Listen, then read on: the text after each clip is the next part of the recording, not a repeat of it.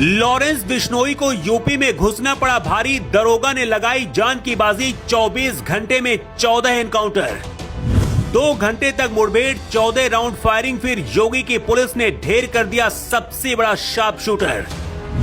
योगी का रौद्र अवतार, यूपी पुलिस का सबसे बड़ा ऑपरेशन, लॉरेंस बिश्नोई गैंग को मिट्टी में मिलाया। यूपी पुलिस पिछले 24 घंटे में 14 एनकाउंटर करके हड़कंप मचा दिया है।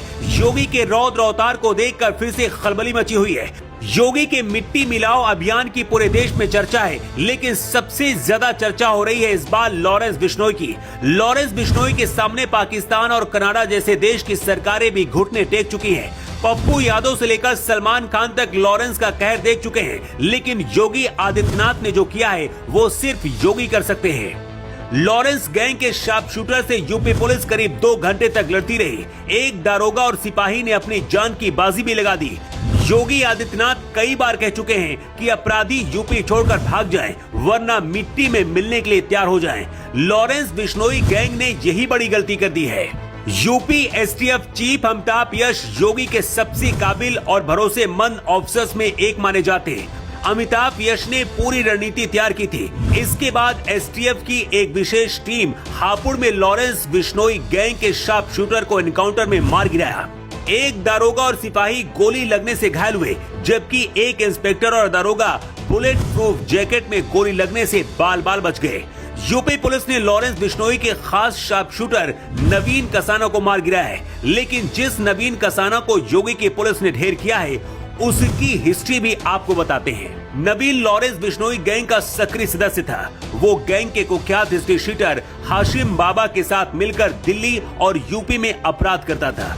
नवीन ने कई हाई प्रोफाइल लोगों को निशाना बनाया था। गाजियाबाद के लोनी का रहने वाला था। उस पर हत्या, अपहरण, डकैती और मगोगा जैसे 20 संगीन मामले दिल्ली और यूपी में दर्ज थे। इनमें से दिल्ली के 2 मामलों में उसे सजा भी हो चुकी थी।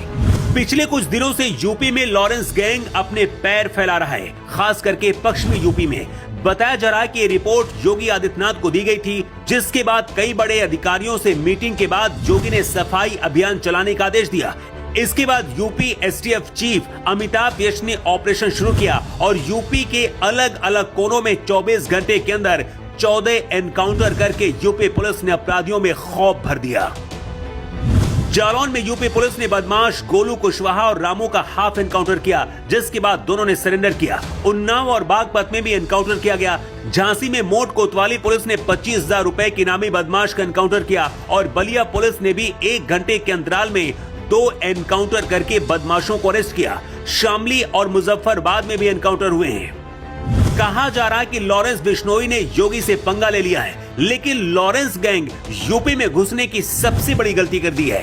योगी ने संदेश दिया है कि यूपी में कोई भी अपराधी हो वो मिट्टी में मिल जाएगा, इसलिए यूपी में घुसने से पहले सोच ले उसका अंजाम क्या होगा।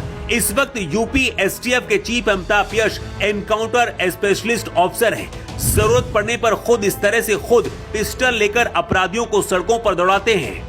गैंगस्टर लॉरेंस बिश्नोई पर करीब 84 एफआईआर दर्ज है। 2016 में उसे नेपाल से गिरफ्तार किया गया था, तब से उन्हें जेल में बंद किया गया है। इस वक्त गुजरात की साबरमती जेल में लॉरेंस बिश्नोई को बंद किया गया है और करीब 9 साल से जेल में बंद है। जेल के अंदर से ही अपना गैंग चला रहा है। सिद्धू मूसेवाला हो या फिर बाबा सिद्दीकी की मौत, सुखदेव सिंह गोगामेड़ी और अब सलमान खान टारगेट पर है। लेकिन अब लगता है कि लॉरेंस गैंग योगी के टारगेट पर आ गया है। लोग अब कह रहे हैं कि लॉरेंस गैंग को यूपी से दूर रहना ठीक रहेगा, नहीं तो योगी कुछ ऐसा ही हाल करेंगे। यूपी में इस वक्त ताबड़तोड़ एनकाउंटर से फिर से खलबली मची हुई है। अपराधियों पर ऐसी कार्रवाई करके क्या योगी ने सही किया है? और यूपी पुलिस की ताबड़तोड़ एनकाउंटर कार्रवाई पर आप क्या कहना चाहेंगे? कमेंट करके जरूर बताएं।